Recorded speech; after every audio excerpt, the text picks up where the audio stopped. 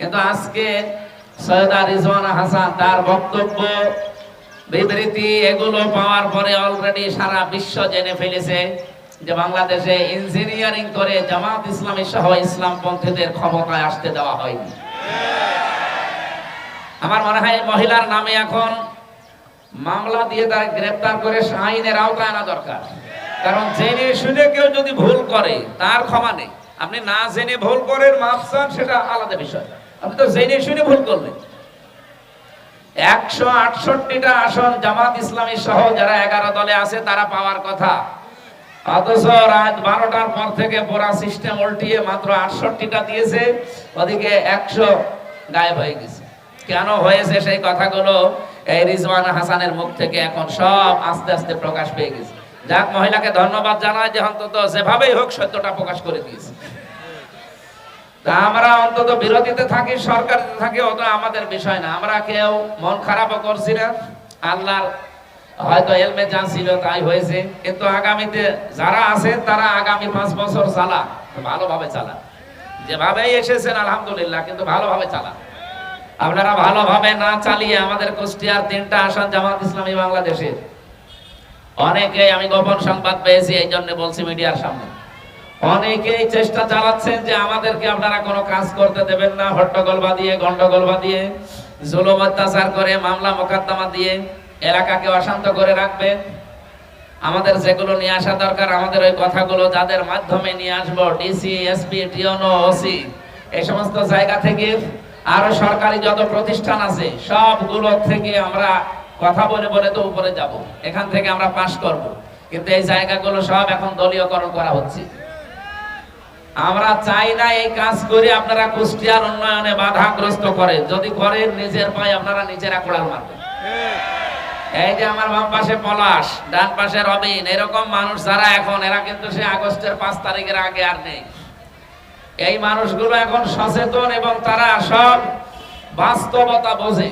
হা করলে হয় হাসাদা হবে, না হালসা হবে। এত বড় বিচক্ষণ মানুষ এখন এই দেশে আমরা পাচ্ছি, আগামী প্রজন্ম যারা আসতেছে। সুতরাং ধোকা দিয়ে বোকা বানিয়ে যা করেছে ওটা যেন সামনে আর কেউ নিয়ে না আসে। আপনি কি করতে চান আপনারা সব আমরা কিন্তু জানি। সামনাসামনি অনেকে আমাদেরকে বলে ভালো কাজ করেন, আমরা আসি, অথচ পেছনে দেখি তারা এই ভালো কাজ যেন করতে না পারি সে পথগুলো বন্ধ করে দেয়। সুতরাং এই দ্বিমুখী চরিত্র আপনারা বর্জন করবেন। এখানে নূহ আলাইহিস সালামের একটা ঘটনা আল্লাহ বর্ণনা দিয়েছেন। হে নবী, এরকম ঘটনা আপনি তো এর আগে শোনেননি, আর আপনার জাতিও জানে না। তারা আজ ইতিহাস হয়ে আছে। তারা জনগণের উপরে জুলুম অত্যাচার করে দেখেন কি ইতিহাস হয়ে আছে। আমরা এই হাজার হাজার বছর আগের কথা বাদ দিলাম, মাত্র 18 মাস আগে 2024-এর 5 আগস্টের আগের যে ইতিহাস, এইটাও যদি কেউ ভুলে যায় তাদের জীবনে আবার 2026-এর 5 আগস্ট আমার মনে হয় চলে আসবে। আপনারা নিজেদের জীবনে নিজেদের 26 আগস্ট অভিশপ্ত করে নেবেন না। কারণ এইভাবে উপায় করে কামাই করে যে স্থায়ী হওয়া যায় না, তার প্রমাণ এই বাংলাদেশ।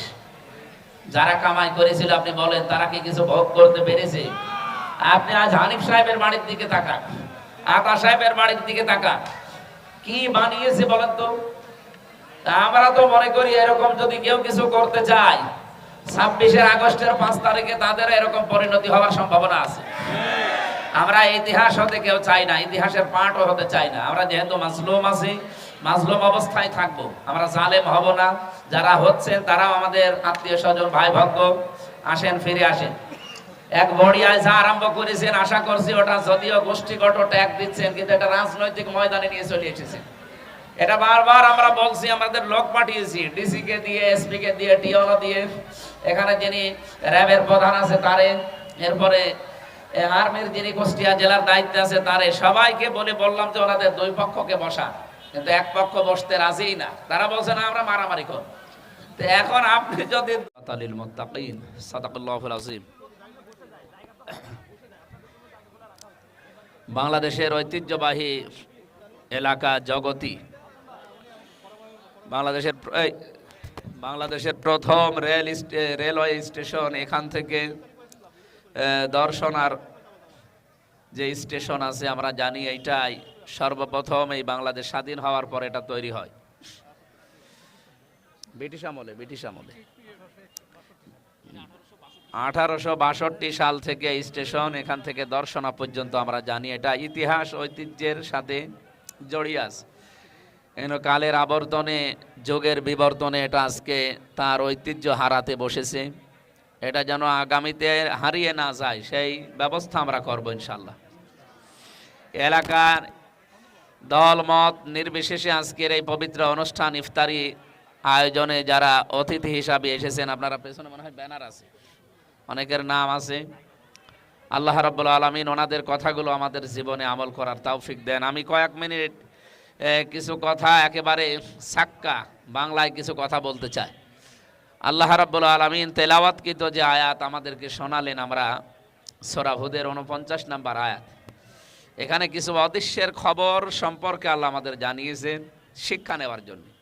আল্লাহ তাআলা বলেন, তিলকা মিন আম্বাইল গায়বি নুহিহা ইলাইকা, এগুলো অদৃশ্যের খবর। হে নবী, আপনাকে আমি ওহীর মাধ্যমে এটা জানিয়েছি। মা কুনতা তা'লামুহা আনতা ওয়ালা কওমুকা মিন ক্বাবলি হাযা, আপনি এবং আপনার উম্মতেরা যারা কিয়ামত পর্যন্ত আসবে এই বিষয়ে আপনারা কিছুই জানতেন না।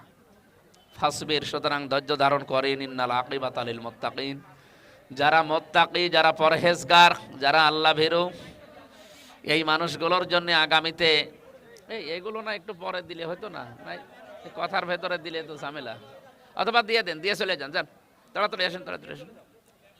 এখানে আর কয়েকটা আছে, দিয়ে চলে যান। আর বাকিগুলো আর মনে হয় 10 মিনিট পরে দেবে। ও, দেওয়া হয়ে গেছে, তাড়াতাড়ি করেন, তাড়াতাড়ি করেন। ঠিক আছে,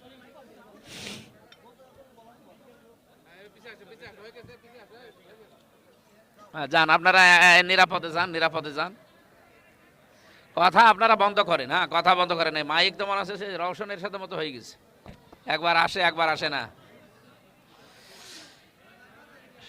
সম্মানিত রোজাদার গণ, আল্লাহর মেহমান গণ, আপনারা যে আয়াত থেকে বাংলা অর্থ শুনলেন, এই আয়াতের যে ব্যাখ্যাটা আমরা বলছি এটা বাস্তব খুব দরকার। বিশেষ করে এই ফেব্রুয়ারির 12 তারিখের পর থেকে আজকে এই মার্চের এই 5 তারিখ পর্যন্ত, ওদিকে 18 দিন না কি 16 দিন, যেন 28শে মার্চ গেছে, আর এদিকে 5 দিন, এই 21-22 দিনের যে অবস্থান বাংলাদেশে অনেকেই তৈরি করেছেন, তারা কিন্তু যুগের আবর্তনে ইতিহাস হয়ে যাবেন। আপনারা মাজলুম ছিলেন, আমরা মাজলুম ছিলাম, আমরা যেন জালেম হয়ে না পড়ি, এই শিক্ষাটাই আল্লাহ তেলাওয়াতকৃত আয়াতে আমাদের দিতে চেয়েছেন। প্রাণপ্রিয় কুষ্টিয়াবাসী, বিশেষ করে আমার কুষ্টিয়ার সদর 3 নম্বর আসন, সম্মানিত কুষ্টিয়াবাসী, জগতীবাসী, আপনাদেরকে আমরা যে আয়াত থেকে কথা শোনাতে চাই, এটা তো আর রাজনৈতিক অনুষ্ঠান না, এটা ইফতারি অনুষ্ঠান, এটা পবিত্র অনুষ্ঠান, একটা ইবাদত। কারণ আপনি সারা জীবন যদি সারা দীক্ষিকা এক ম্যাডামকে এই মাগরিবের আগে 10-15 মিনিট আগে তাকে জবাই করেছে, এবং যে জবাই করেছে সে নিজেও এখন অসুস্থ, হাসপাতালে আছে, বাঁচবে না মনে হয়। এই সমস্ত দৃশ্যগুলো হচ্ছে কেন? আজকে আমি জানাজা অনুষ্ঠানে, তার জীবনের শেষ অনুষ্ঠানে এই কথাটা কোরআনে কারিমের সূরা নিসার 93 নম্বর আয়াতের ব্যাখ্যায় বলেছিলাম, যে এই বিচারহীনতার সংস্কৃতি বাংলাদেশে যা আরম্ভ হচ্ছে, এই ফ্যাসিস্ট আমলে যা হয়েছিল, এখনো যদি ওদের আরম্ভ হতে থাকে, শুধু ইসলামী বিশ্ববিদ্যালয় কুষ্টিয়া না, কয়েকদিন আবার পরে দেখবেন সরকারি কলেজে এরকম হত্যা আরম্ভ হয়েছে, কয়েকদিন পরে দেখবেন জগতে আরম্ভ হয়েছে, কেউ আমরা নিরাপদে থাকতে পারবো না। এই জন্য আমরা চাচ্ছি এই দেশে যেন বিচারহীনতার সংস্কৃতি তৈরি না হয়, বিচার ব্যবস্থার উপরে কারো যেন হস্তক্ষেপ না থাকে, সে যেই হোক। বিচারকরা যে আইন আছে সে আইন দিয়ে তারা বিচার করবে। আমাদের দেশে দুঃখজনক যে 92% আমরা মুসলমান, কিন্তু এখানে কোরআনের নিয়ম নীতি দিয়ে বিচার আমরা এখনো করতে পারি নাই। এটা আমরা চেষ্টা এবার চালাচ্ছিলাম, কিন্তু আজকে সৈয়দা রিজওয়ানা হাসান তার বক্তব্য, বিবৃতি, এগুলো পাওয়ার পরে অলরেডি সারা বিশ্ব জেনে ফেলেছে যে বাংলাদেশে ইঞ্জিনিয়ারিং করে জামাত ইসলামী সহ ইসলামপন্থীদের ক্ষমতায় আসতে দেওয়া হয়নি। আমার মনে হয় মহিলার নামে এখন মামলা দিয়ে তার গ্রেফতার করে আইনের আওতায় আনা দরকার। কারণ জেনে শুনে কেউ যদি ভুল করে তার ক্ষমা নেই। আপনি না জেনে ভুল করেন, মাফ চান, সেটা আলাদা বিষয়। আপনি তো জেনে শুনে ভুল করলেন। 168টা আসন জামাত ইসলামী সহ যারা 11 দলে আছে তারা পাওয়ার কথা, অথচ রাত 12টার পর থেকে পুরা সিস্টেম উল্টিয়ে মাত্র 68টা দিয়েছে, ওদিকে 100 গায়েব হয়ে গেছে। কেন হয়েছে সেই কথাগুলো এই রিজওয়ান হাসানের মুখ থেকে এখন সব আস্তে আস্তে প্রকাশ পেয়ে গেছে। যাক, মহিলাকে ধন্যবাদ জানাই যে অন্তত যেভাবেই হোক সত্যটা প্রকাশ করে দিয়েছে। তা আমরা অন্তত বিরোধীতে থাকি, সরকারিতে থাকি, ওটা আমাদের বিষয় না। আমরা কেউ মন খারাপও করছি না। আল্লাহর হয়তো এলমে যা ছিল তাই হয়েছে, কিন্তু আগামীতে যারা আছে তারা আগামী 5 বছর চালা, ভালোভাবে চালা, যেভাবেই এসেছেন আলহামদুলিল্লাহ, কিন্তু ভালোভাবে চালা। আপনারা ভালোভাবে না চালিয়ে আমাদের কুষ্টিয়ার 3টা আসন জামাত ইসলামী বাংলাদেশের অনেকেই, আমি গোপন সংবাদ পেয়েছি এই জন্য বলছি মিডিয়ার সামনে, অনেকেই চেষ্টা চালাচ্ছেন যে আমাদেরকে আপনারা কোনো কাজ করতে দেবেন না, হট্টগোল বাঁধিয়ে, গন্ডগোল বাঁধিয়ে, জুলুম অত্যাচার করে, মামলা মোকদ্দমা দিয়ে এলাকাকে অশান্ত করে রাখবে। আমাদের যেগুলো নিয়ে আসা দরকার, আমাদের ওই কথাগুলো যাদের মাধ্যমে নিয়ে আসবো, ডিসি, এসপি, টিওনো, ওসি, এই সমস্ত জায়গা থেকে, আরো সরকারি যত প্রতিষ্ঠান আছে সবগুলো থেকে আমরা কথা বলে বলে তো উপরে যাব, এখান থেকে আমরা পাস করব। কিন্তু এই জায়গাগুলো সব এখন দলীয়করণ করা হচ্ছে। আমরা চাই না এই কাজ করে আপনারা কুষ্টিয়ার উন্নয়নে বাধাগ্রস্ত করে। যদি করেন নিজের পায়ে আপনারা নিজেরা কোড়াল মারবেন। এই যে আমার বাম পাশে পলাশ, ডান পাশে রবিন, এরকম মানুষ যারা এখন, এরা কিন্তু সে আগস্টের 5 তারিখের আগে আর নেই। এই মানুষগুলো এখন সচেতন এবং তারা সব বাস্তবতা বোঝে। হা করলে হয় হাসাদা হবে, না হালসা হবে। এত বড় বিচক্ষণ মানুষ এখন এই দেশে আমরা পাচ্ছি, আগামী প্রজন্ম যারা আসতেছে। সুতরাং ধোকা দিয়ে বোকা বানিয়ে যা করেছে ওটা যেন সামনে আর কেউ নিয়ে না আসে। আপনি কি করতে চান আপনারা সব আমরা কিন্তু জানি। সামনাসামনি অনেকে আমাদেরকে বলে ভালো কাজ করেন, আমরা আসি, অথচ পেছনে দেখি তারা এই ভালো কাজ যেন করতে না পারি সে পথগুলো বন্ধ করে দেয়। সুতরাং এই দ্বিমুখী চরিত্র আপনারা বর্জন করবেন। এখানে নূহ আলাইহিস সালামের একটা ঘটনা আল্লাহ বর্ণনা দিয়েছেন। হে নবী, এরকম ঘটনা আপনি তো এর আগে শোনেননি, আর আপনার জাতিও জানে না। তারা আজ ইতিহাস হয়ে আছে। তারা জনগণের উপরে জুলুম অত্যাচার করে দেখেন কি ইতিহাস হয়ে আছে। আমরা এই হাজার হাজার বছর আগের কথা বাদ দিলাম, মাত্র 18 মাস আগে 2024-এর 5 আগস্টের আগের যে ইতিহাস, এইটাও যদি কেউ ভুলে যায় তাদের জীবনে আবার 2026-এর 5 আগস্ট আমার মনে হয় চলে আসবে। আপনারা নিজেদের জীবনে নিজেদের 26-এর আগস্ট অভিশপ্ত করে নেবেন না, কারণ এইভাবে উপায় করে কামাই করে যে স্থায়ী হওয়া যায় না তার প্রমাণ এই বাংলাদেশ। যারা কামাই করেছিল আপনি বলেন তারা কি কিছু ভোগ করতে পেরেছে? আপনি আজ হানিফ সাহেবের বাড়ির দিকে তাকান, আতা সাহেবের বাড়ির দিকে তাকান, কি বানিয়েছে বলেন তো? আমরা তো মনে করি এরকম যদি কেউ কিছু করতে চায় 26 আগস্টের 5 তারিখে তাদের এরকম পরিণতি হওয়ার সম্ভাবনা আছে। আমরা ইতিহাস হতে কেউ চাই না, ইতিহাসের পার্টও হতে চাই না। আমরা যেহেতু মাজলুম আছি, মাজলুম অবস্থায় থাকবো, আমরা জালেম হব না। যারা হচ্ছেন তারাও আমাদের আত্মীয় স্বজন, ভাই ভক্ত। আসেন, ফিরে আসেন।